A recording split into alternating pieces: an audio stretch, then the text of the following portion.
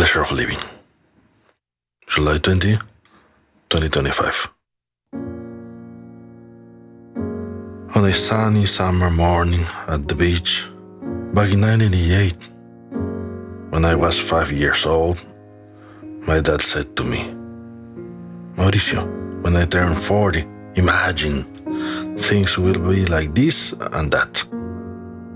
But then, in 1991, the first time I visited Disney to see Mickey Mouse, I thought about 1993. What would things be like? One Sunday turned into Monday and then back to Sunday again. A winter became a summer and 1 year old into the next. I grew up and my grandfather grew old.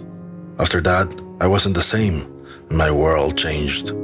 I cried and I didn't know if it was because my grandfather retired and became old or because I would drift deep into my thoughts during class.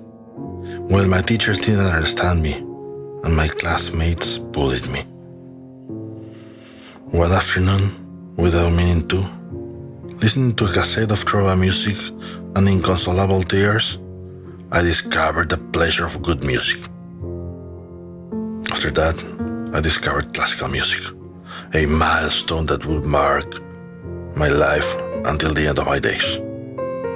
By then, you probably weren't even born yet. And I never imagined that the fateful year of 1997 would come and I would fall into crisis.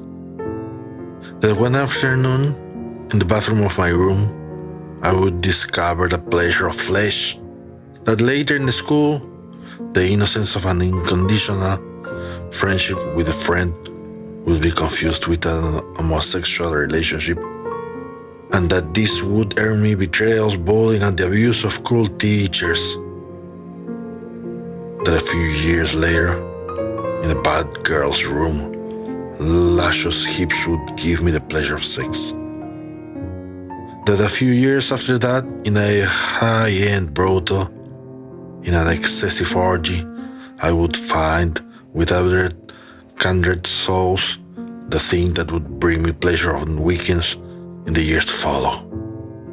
And yet, some of those nights, between forbidden tides of milk and honey, I didn't know, but I consoled the virginity of friends I let down with the affection of flowers we never were. And the cold became heat. Other summers came, and I fell in love with life.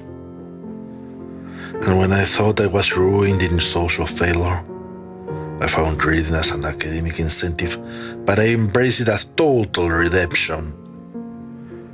Friends faded into the background, and the verses of Jorge Luis Borges became the most transcendent thing in life, a pleasure that would endure for as long as I live, a daily passion over decades upon decades.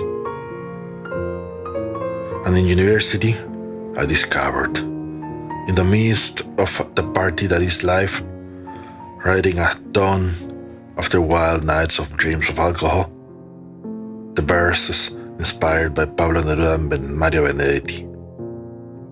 I discovered the pleasure of writing, with a glass in one hand and a pen in the other, verses I thankfully didn't burn in nights of madness, verses that instead will transcend in time. I discovered the pleasure of inspiration in an unfinished love story, in a gourmet dinner paired with a fine glass of wine, to visions of catharsis in dreams of opium. But those muses who inspired me with beautiful love verses would leave me sooner rather than later, leaving me with books between my eyebrows and eyelashes. And all that for which we had fought, whether won or lost, expired. Nothing mattered anymore because decades had passed since then. Some were even dead, and only a vague memory remained of what had been.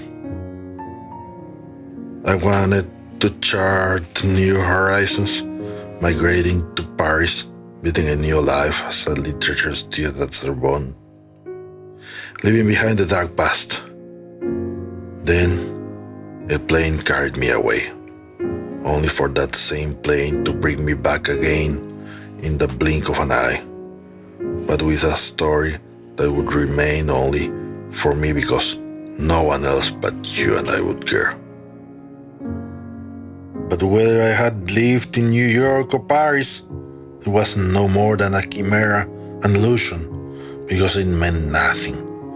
Only my books would let me travel again, and I spent entire decades devoted to reading fiction, finding pleasure flying to better worlds, worlds that existed only in my imagination. Until I met you, and the person that would go to you. I took lessons from you to seduce and love you. By then, my father had entrusted me with managing our vineyard and becoming a painter and a winemaker. I watched the little plants grow.